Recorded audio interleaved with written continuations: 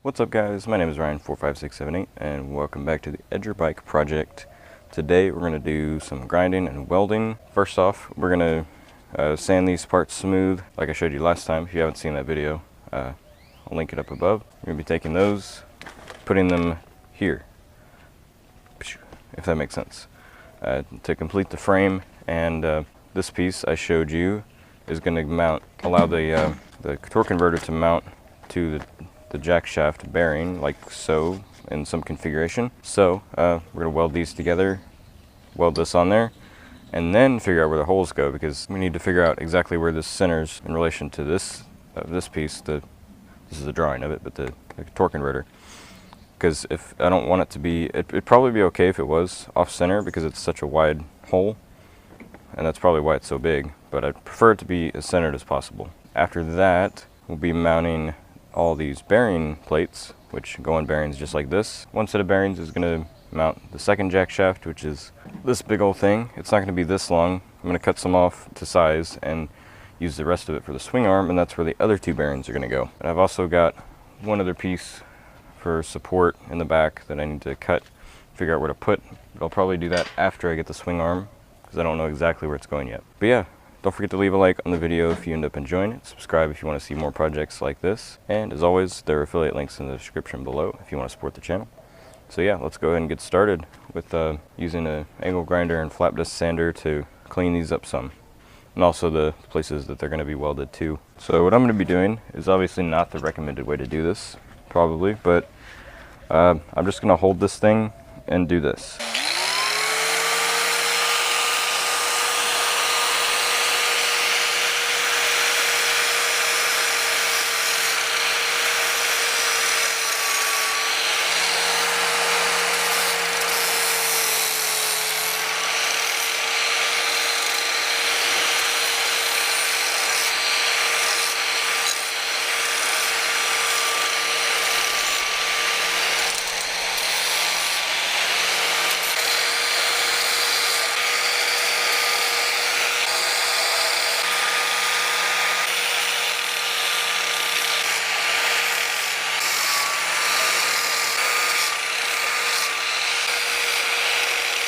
Alright, now that that's done, I need to use the wire wheel to take and get the black stuff off, because I don't want to use the Jasco. It's really annoying and it barely works. So with something like this, you 100% need to wear gloves. There's no ifs and buts or about it, unless you want to get a piece of wire stuck in your eye. Sorry, did I say gloves? I meant goggles. Yeah, you do not want to get something like this in your eye. This piece is the down piece, so it needs to be wire brushed basically around here and here.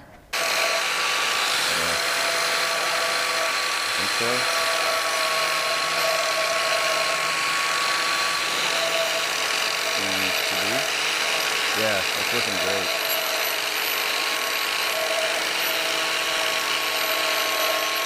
So after successfully getting about 5 pieces of wire thrown directly in my goggles, I finished getting everything wire brushed. I got this part wire brushed, these 2 sections right here where it's going to go, and obviously these pieces, every place where they're going to get welded. So yeah, let me just show you really quick how they go up.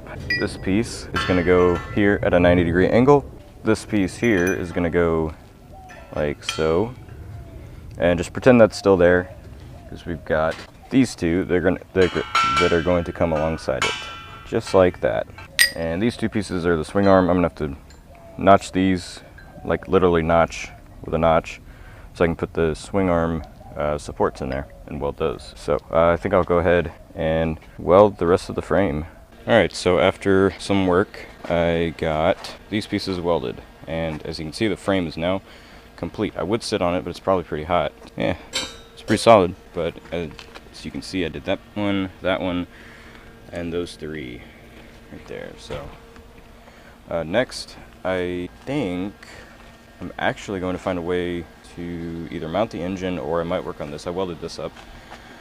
I'm gonna have to grind those welds down so it's flush, but after that I can figure out a way to get it mounted to the torque converter and holes in the right spot.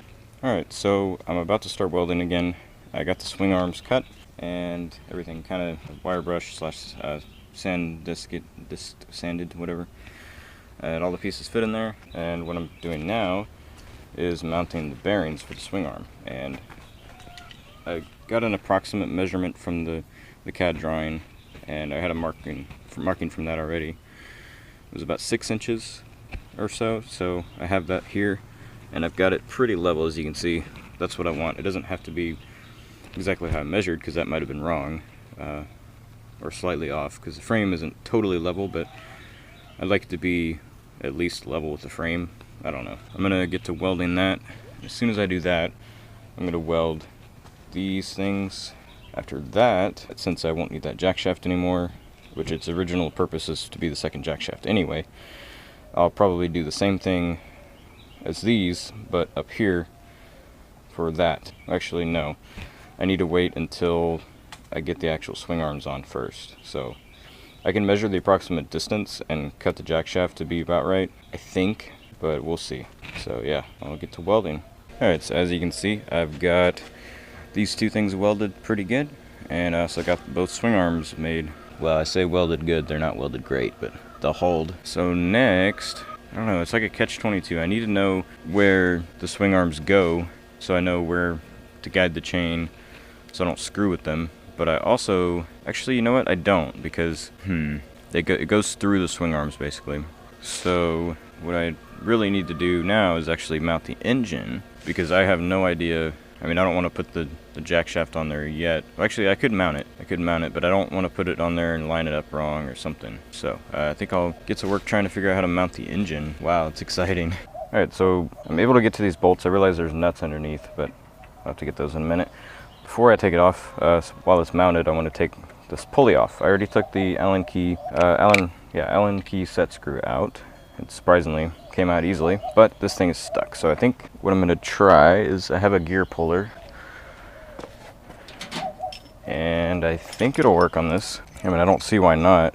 Yeah, that should actually work great if it can reach that far. And this is a good way to do it. I tried hitting it with a mallet kind of lightly, and it didn't do anything. So this is a good way to do it without damaging the rest of the engine, because all you're pulling against is this and this. So you're basically hanging onto this, pulling this, and you're not touching anything else. So hopefully that works. Yeah, I think this is gonna work. So I'm glad I got this thing. I got it for $5 at an estate sale. I thought it was a flywheel puller, and you could probably use it for that, maybe. But this is what I'm going to use it for now. Should work, in theory. Just get this thing. And crank away. It's pulling. It's doing something. I think it is coming off. Oh, it's bending this stupid pulley. Okay. Let's keep going and see if we can't get it to pop. There we go. I think I heard it pop. And it is coming off, so there we go. Okay, I'm going to take it off because it's not staying straight. I don't want to damage anything further. Looks like it might come off. No, of course not. It's not going to freaking come off on its own. That would be sorcery. Oh, it's actually working. Slowly, but surely. And I still want to be careful because I don't want to see how this is getting in there at an angle. There we go. Slowly coming loose, I think. Yeah, it's coming off. Yay. It's almost there, but it's not quite there. The tool keeps getting stuck at an odd angle. Just a little bit more.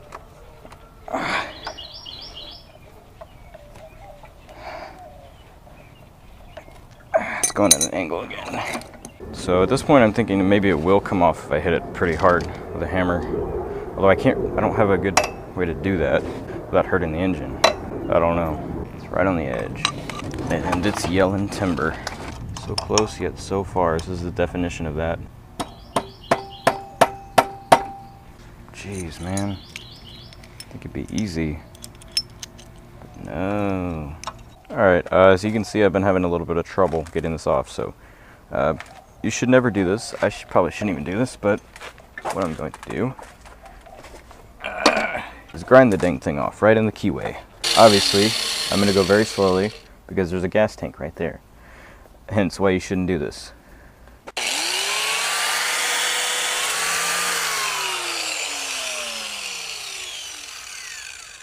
Alright, I think that's thin enough to get a screwdriver in there and finish it. Or it may even pop off on its own. Of course not. I expected that.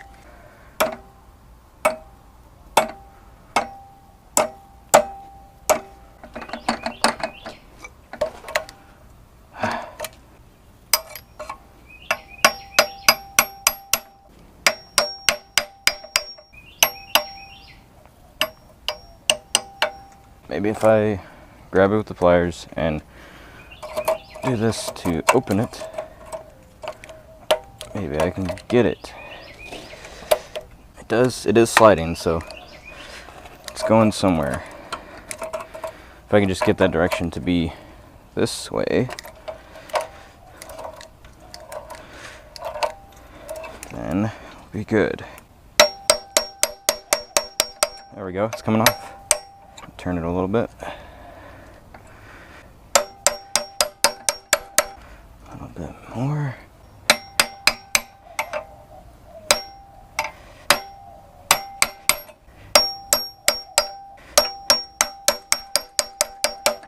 There we go, it's coming off.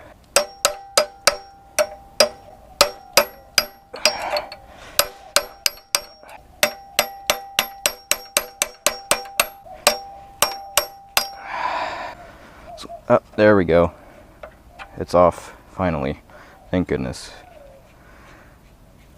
Whew, that took way too long.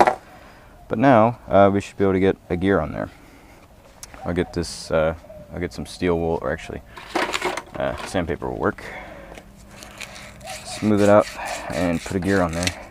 I can't believe how ridiculous that was. Okay, that's pretty smooth. And smooth it out with the finer 800, I guess. There we go. We now have an exposed crankshaft with no pulley on it, and we can put this gear on.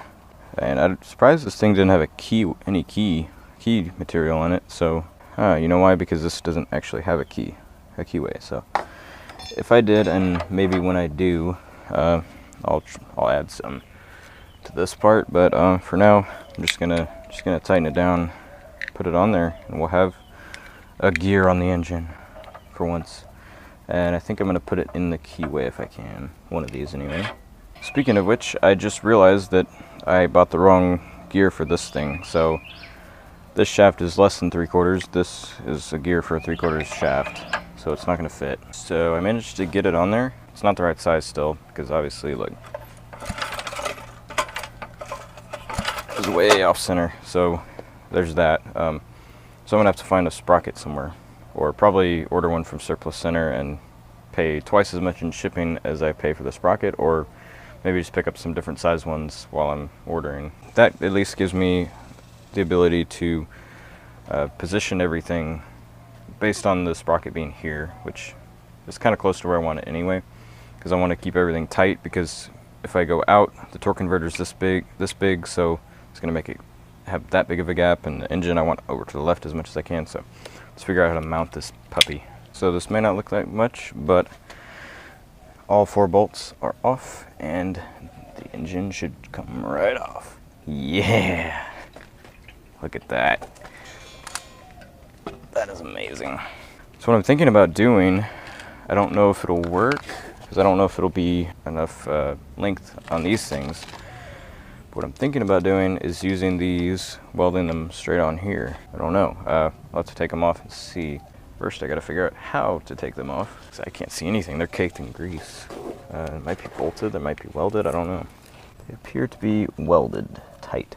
But I would like to keep these holes because they fit the engine. And what I might do is I might cut these off and weld some extension pieces on them from here. I'm not gonna do that today because I'm running out of time. I will probably do that pretty soon, and we'll get the engine mounted. So yeah, that's it for now.